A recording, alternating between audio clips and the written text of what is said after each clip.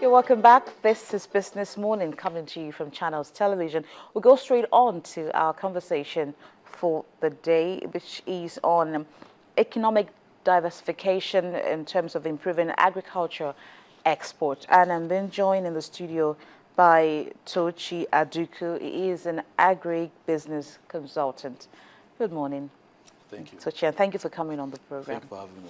I know that a lot has been said about agriculture at this point in time. How would you describe the sector itself, the agriculture sector? Well, agricultural sector is a very buoyant industry. It's actually an industry. It's not a development program. Like what the minister was saying of recent, which I agree with, about agriculture being seen as agribusiness, not just a development program or an aid program for Nigeria or for Africa at large. Basically, the agriculture sector is also export-oriented and also has, how will I put it, a whole chain, just like other industries. Like, for instance, compared to oil and gas industry, it also has an upstream, a midstream, and a downstream. So this is an industry that has not been harnessed yet. And it's very unfortunate that here our focus is just on the oil export and the rest of them. The non-oil export, which includes agriculture, is a very buoyant industry and can employ thousands of unemployed, not even thousands, millions, because there are over 110 million unemployed youth, Nigerian youth. So that is a big industry that can be the highest employer of labor in the country. Now, I know that agriculture, the non-oil sector, like you mentioned, yes, it contributed about 40% of our GDP. But before we go into the details of that, you talked about the upstream, the midstream, and the downstreams. Could you shed more light on that? What are those areas that we're not paying attention to when we come to agriculture? Okay, in the chain of the agricultural chain, you have the upstream. That's the one presently, recently, the new minister, Dr. Adesina, deregulated the fertilizer and the seeds, saying that government is not going to be giving them, private sector should come in and play there, you understand? So that sector, the upstream, has to deals with basically the seeds, the fertilizer, pesticides, and those three factors, those three areas: seeds, fertilizers, seeds, fertilizers, what else? Seeds, fertilizers, and there's two other ones. When we talk about the midstream and the downstream, yes, what do they really entail? The midstream has to do with horticulture, livestock. That's the production itself. That's the culture and the farming itself. That's the midstream area. Then the upstream area, you have the processing, vegetable, fruit processing, and biofuel and the rest of them. Even livestock processing has to come with the downstream area, which has to do with the processing industry, processing to meet the demands of the locals now, for export too. Okay. Before now, Nigeria has always been on the world map in terms of our agricultural prowess. We take a whole lot of market share. For instance, I just read to our viewers a while ago that apart from the fact that agriculture contributed over 60% of our GDP in the 1960s now, we also had the second largest producer. We're also the second largest producer of cocoa. We had the market share of 15% in terms of cocoa production, and so on and so forth. So what happened along the line, and how do we retrace our steps? Well, what happened along the line, oil was discovered in 1956, and the story changed because basically before then, the colonial masters focused on picking up these commodities and moving them out of the country because they needed them. Then and that was where you had the ground pyramids of Kano, palm oil, then other like commodities like even coal in Enugu and the rest of them. Then the story changed when we discovered oil, because that was a quicker means of getting money. It wasn't labor intensive.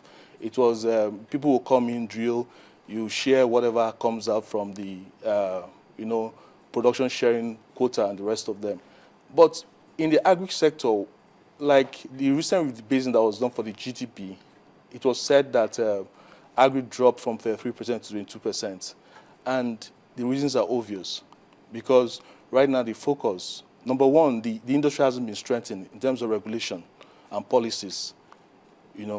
regulation and policies, the industry has been strengthened, and investors are not going to come in to play in that field. And even Nigerians who have, who want to invest, Nigerian investors who want to play in an industry where their funds are not secured, an industry that is not regulated, where there's no framework.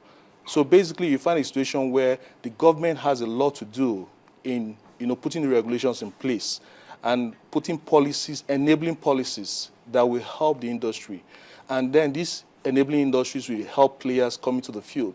Because if there are no enabling policies, if there's no enabling framework, there won't be players in the field. People won't come and invest their money in an unsecured thing, because the whole stream, like what we said earlier on, that the processing angle, which is the downstream angle that has to do with, the end market. Once there is, in the chain, once there is no market, there can't be production.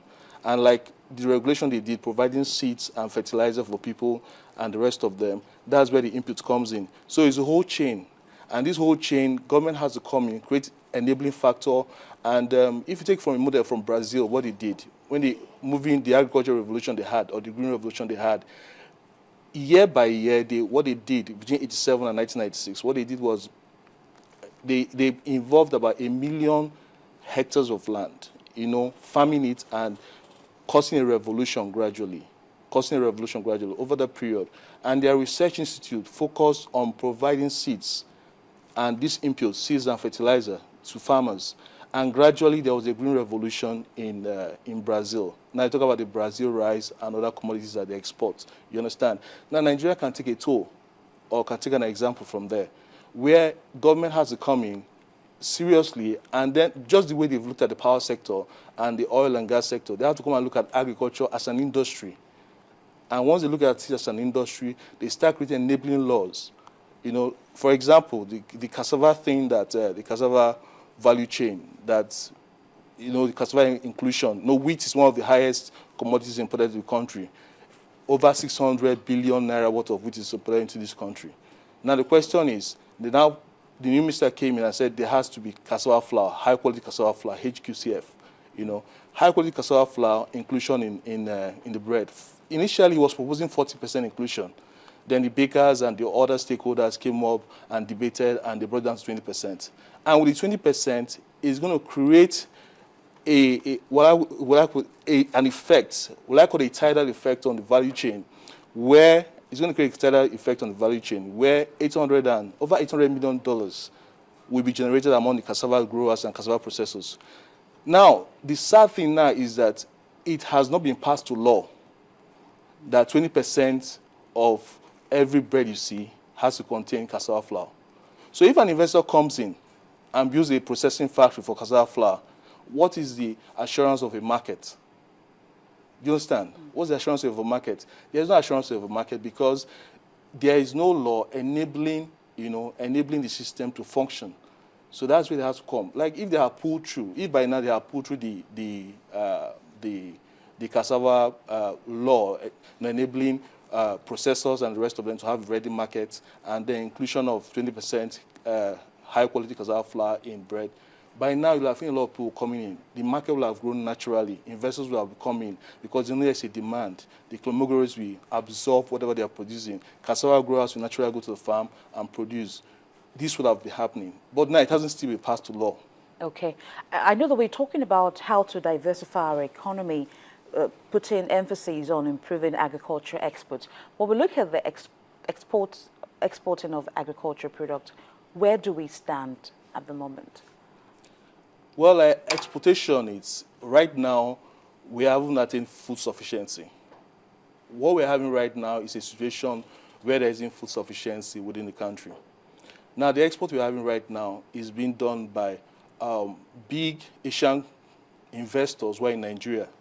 What they simply do, okay, like in Taraba State, has been declared one of the stable processing zones for one of the Asian companies that came in.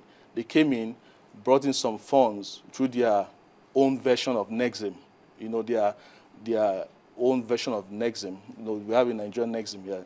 Every country has, an export-import bank that promotes investment in other countries. Now, the question is, this Asians have come into the country and they've put in a lot of money, like in that area, and government has also enabled them by declaring the stable crop processing zone. There are actually 14 of them, but this will have to be given because of the level of investment they had done there, you understand, in Tarawa State. Now, with that volume of cash they brought in, roads, road network, electricity, government is going to do that for them. Now, the question is, what happens afterwards? How come there are no much investment? How come more people are not coming in and making such investments? How come it's basically the Asian countries that are coming in? Because they are risk takers, you know, they are risk takers, so they want to come in a system like this and, you know, capitalize on it. When we now talk about export from our own end, what happened when cocoa was being exported? What happened when granola was being exported? Now, there has to be an enabling system. There has to be demand. There has to be production. The supply chain has to be in place. Supply chain has the farmers who are cultivating and all that. So once the supply chain is not in place, you can't come and set up a system here for exports. Do you understand? So there has to be a supply chain that is viable and vibrant. And that's why we talk about those agricultural inputs, you know, where government has deregulated, private people are coming in and playing. And so such laws across the streams, you know, should be enacted, not just as a policy. It should be enacted as a law to enable this supply chain. So the National Assembly should be involved, the legislators should be involved in this to enable it become a law. Is that what you're Yes, proposing? National Assembly should be involved in the whole process. Because if it is not, there will be policy somersault. Subsequent government comes in, all what has been worked for, all the inputs, all the investments that has been done these past few years comes to naught. You understand? Okay.